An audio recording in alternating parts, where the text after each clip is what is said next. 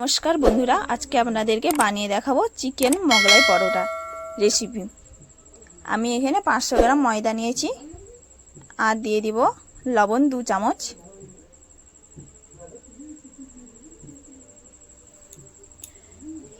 আর পরিমাণ মতন চিনি নিব। এখানে অল্প করে আমি চিনি দিচ্ছি। আপনারা চাইলে চিনি দিতেও পারেন, নাও দিতে পারেন। আমি এখানে অল্প করে চিনি দিয়েছি। দেখুন, এবারে আমি লবণ আর চিনিটা ময়দার সাথে মেখে নেব।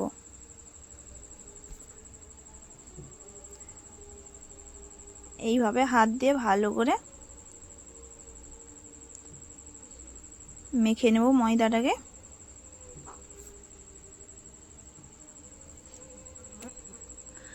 আজকে আপনাদেরকে চিকেন মোমো কীভাবে তৈরি করতে হয় সেটা বানিয়ে দেখাবো।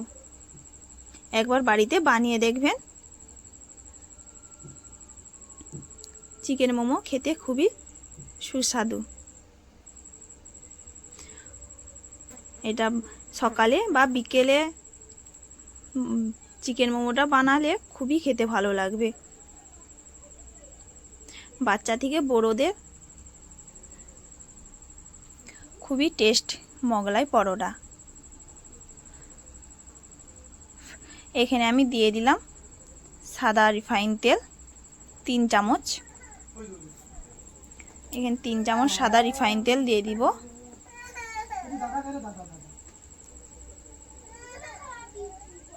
এইবারে ভালো করে হাত দিয়ে মেখে নিতে হবে।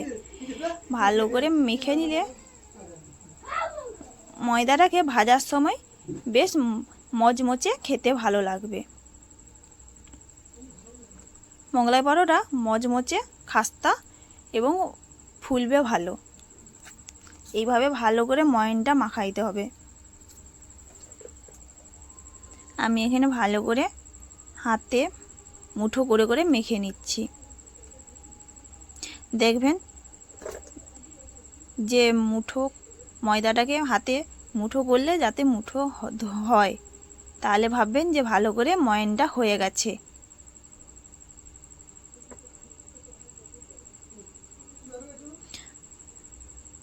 দেখুন, আমি ভালো করে চেপে চেপে বেশ মেখে ময়নটাকে ভালো করে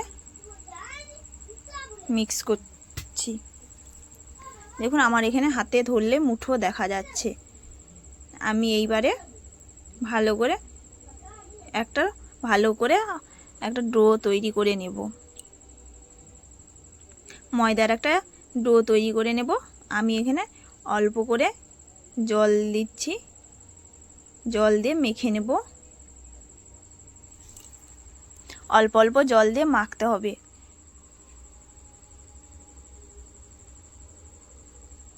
না হলে এখানে বেশি জলের পরিমাণ পড়ে গেলে ময়দার ডোটা নরম হয়ে যেতে পারে। দেখুন, আমি এখানে অল্প অল্প করে জল দিয়ে দিচ্ছি। একটা ময়দার ডো তৈরি করে নেব।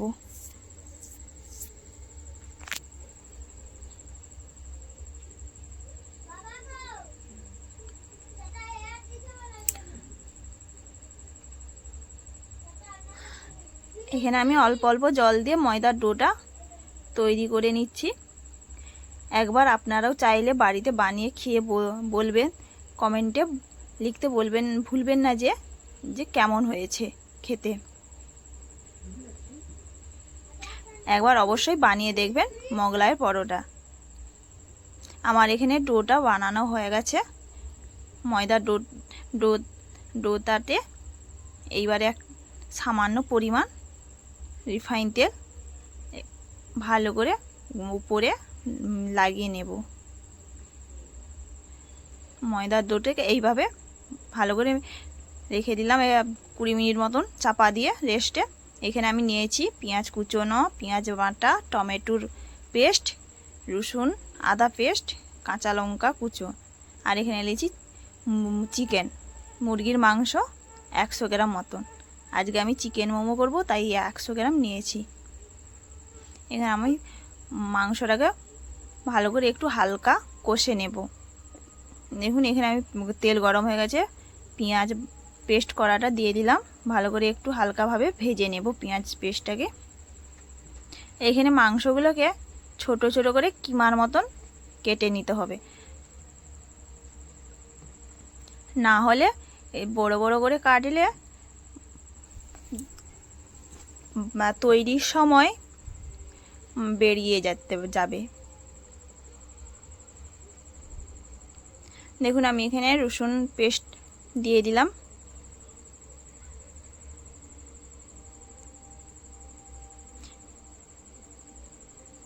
ভালো করে পেঁয়াজ রসুনটাকে ভেজে নিলাম হালকাভাবে, হালকা আঁচে, আমি বেশি ভাজবো না, হালকাভাবে ভাজবো।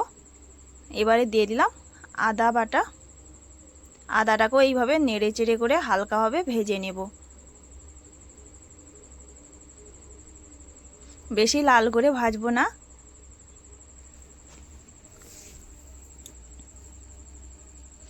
দেখুন এখানে হালকা আঁচে আমি হালকাভাবে ভেজে নিয়েছি। এবারে দিয়ে দেব হলুদের গুঁড়ো 1 চামচ,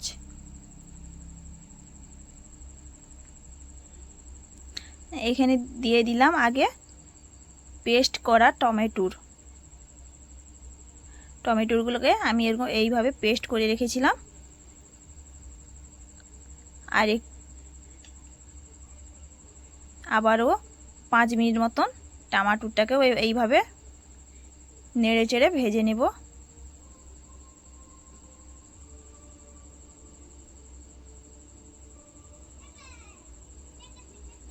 এবারে দিয়ে দেব হলুদের গুঁড়ো 1 চামচ মতন,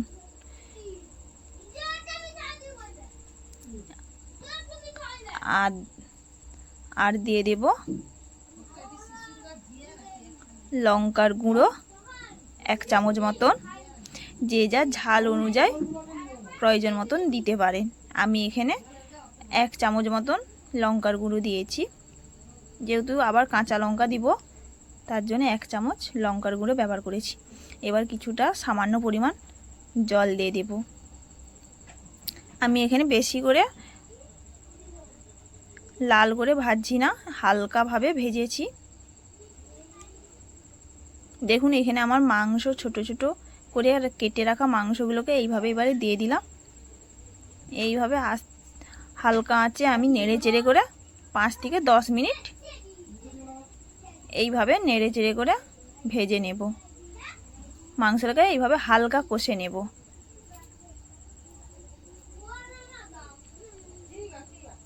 কেন যেহেতু আগে থেকে আমি এখানে মাংসটাকে হলুদ গুঁড়ো, লবণ আর সরষের তেল দিয়ে মেখে রেখেছিলাম, তাই বেশি আর মাংসটাকে কষবো না, হালকাভাবে একটু নেড়ে চেড়ে কষে নেব। দেখুন এইভাবে কষে নিয়েছি, এইভাবে মশলার সাথে পাক দিয়ে মশলাটাকে ভেজে নিয়েছি মাংসটাকে। এবারে দেখুন আমি এখানে রেডি করে নিচ্ছি কুচানো পেঁয়াজগুলো। এখানে আমি নিয়েছি 4টা কুচানো পেঁয়াজ, আর দিয়ে দিলাম লবণ 1 চামচ, দিয়ে দেব কাঁচা লঙ্কা কুচো, আর দিয়ে দিলাম গোলমরিচ গুঁড়ো 1/2 চামচ মতন, ধনে গুঁড়ো 1/2 চামচ,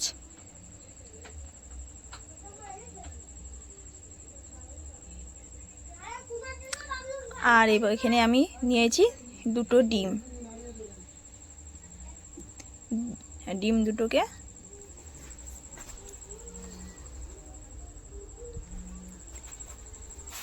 ভালো করে ফেটে নিব পেঁয়াজগুলোর সাথে। দেখুন আপনারা চাইলে 1টাও দিতে পারেন বা 2টোও দিতে পারেন, যে যার পরিমাণ মতন ডিম দিতে পারে। আমি এখানে 2টো ডিম দিয়েছি। আমি যেহেতু এখানে বেশি করে 500 গ্রাম ময়দা নিয়েছি, মানে আমি এখানে 2টো ডিম ব্যবহার করেছি। আপনারা চাইলে কম করে ময়দা নিয়ে 1টা ডিমও ব্যবহার করতে পারবেন। এইবারে ভালো করে সবগুলোকে একসাথে মেখে নেব, আর দিয়ে দেবো সামান্য গরম মশলা গুঁড়ো। আমি এখানে গরম মশলার প্যাকেট নিয়েছি, সামান্য মতন দিয়ে দেবো এবারে।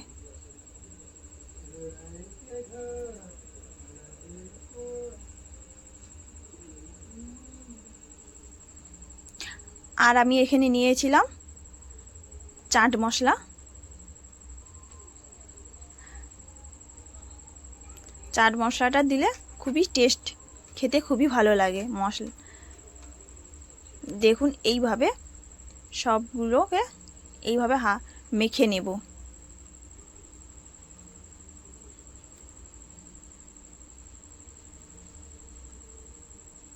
ভালো করে এইভাবে মেখে নিতে হবে।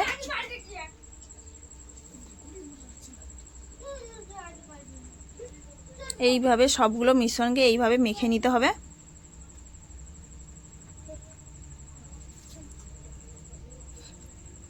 দেখুন আমার এখানে মাখা হয়ে গেছে।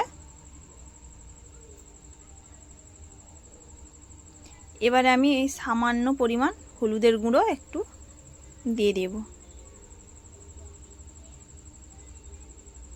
দিয়ে আবার একটু হাতের সাহায্যে মেখে নেব। দেখুন আমার এখানে মাখা হয়ে গেছে। এবারে আমি ডোটাকে নিয়ে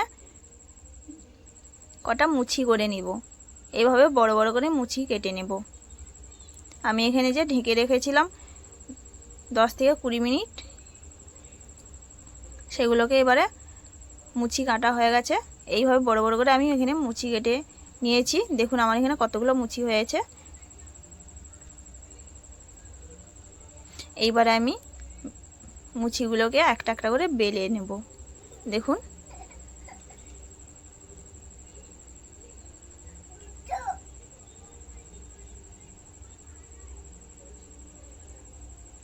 এইভাবে বড় বড় করে পাতলা করে বেলতে হবে, টেনে টেনে করে।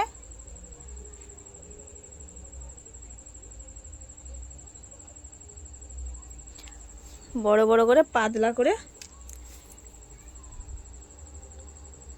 বেলে নিতে হবে।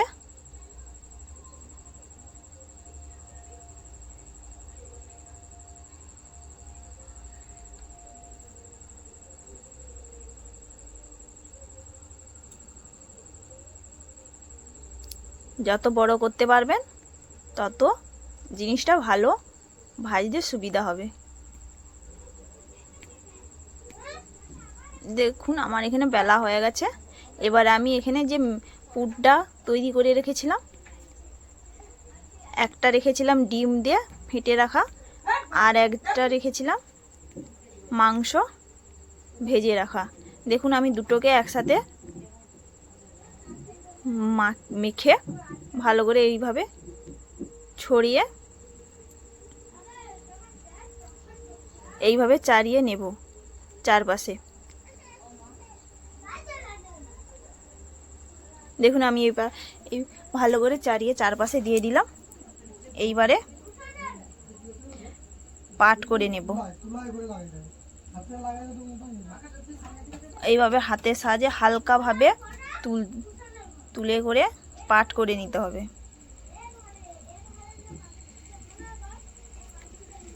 হালকা হালকা করে হাত দিয়ে একটু চেপে নিতে হবে,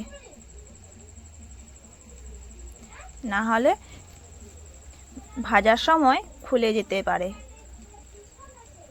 দেখুন আমার এখানে একটা তৈরি করা হয়ে গেছে, আরও একটা বানিয়ে দেখাবো। দেখুন আমি এখানে নিয়েছি মাংস আর ডিমটাকে একসাথে মেখে দিয়েছি। আমি আর আলাদা আলাদা করে দেখাচ্ছি না, একসাথে মেখে দিয়েছি। দেখুন আমার আরেকটাও তৈরি হয়ে আসছে। আর একটা এরকম পাট করে তৈরি করে নিয়ে নিলাম।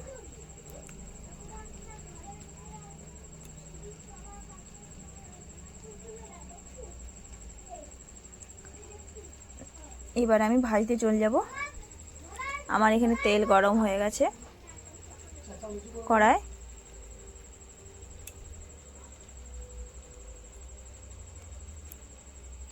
আমি এখানে হালকা তেলটা গরম করে নিয়েছি। এবার আমি একটা ছেড়ে দেব।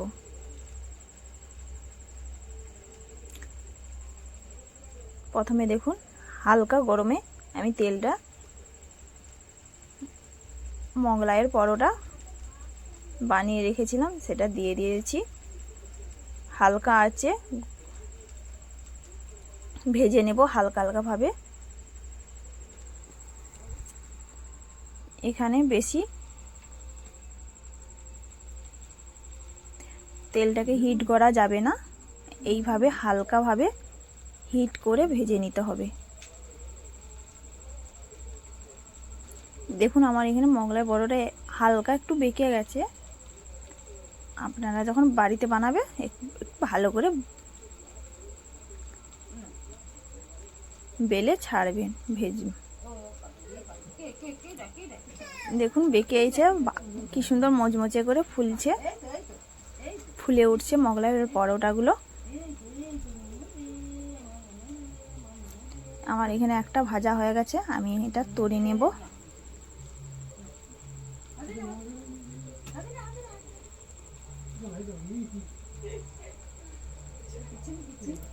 আর একটা আপনাদেরকে ভেজে দেখাবো। এরকম হালকা আঁচে হালকাভাবে একে নেড়ে চেড়ে এপাশ ওপাশ করে উল্টে পাল্টে ভেজে নিতে হবে। বেশি তেলটাকে হিট করা যাবে না।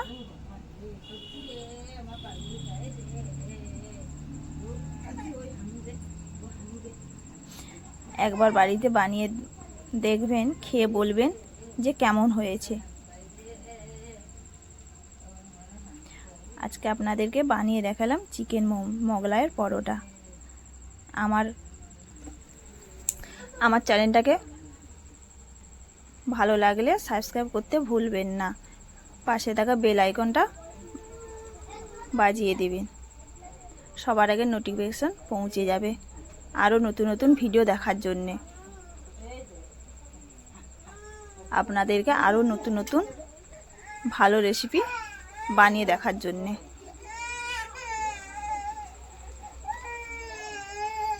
দেখুন আমার আরও একটা ভাজা হয়ে গেছে।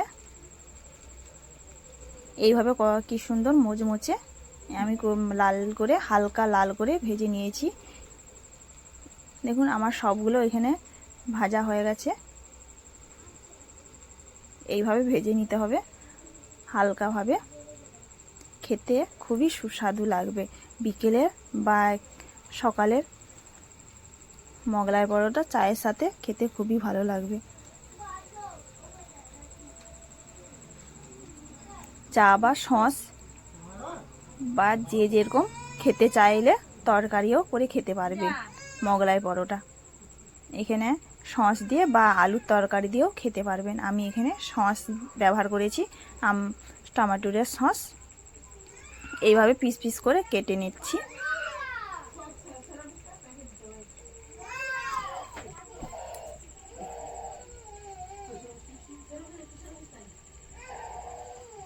এইভাবে ভাজা হয়ে গেলে কেটে পিস পিস করে কেটে নিতে হবে। দেখুন আমার এই যে ভিতরে কি সুন্দর ভাজা হয়েছে, ভিতরে একবারে পুরগুলো।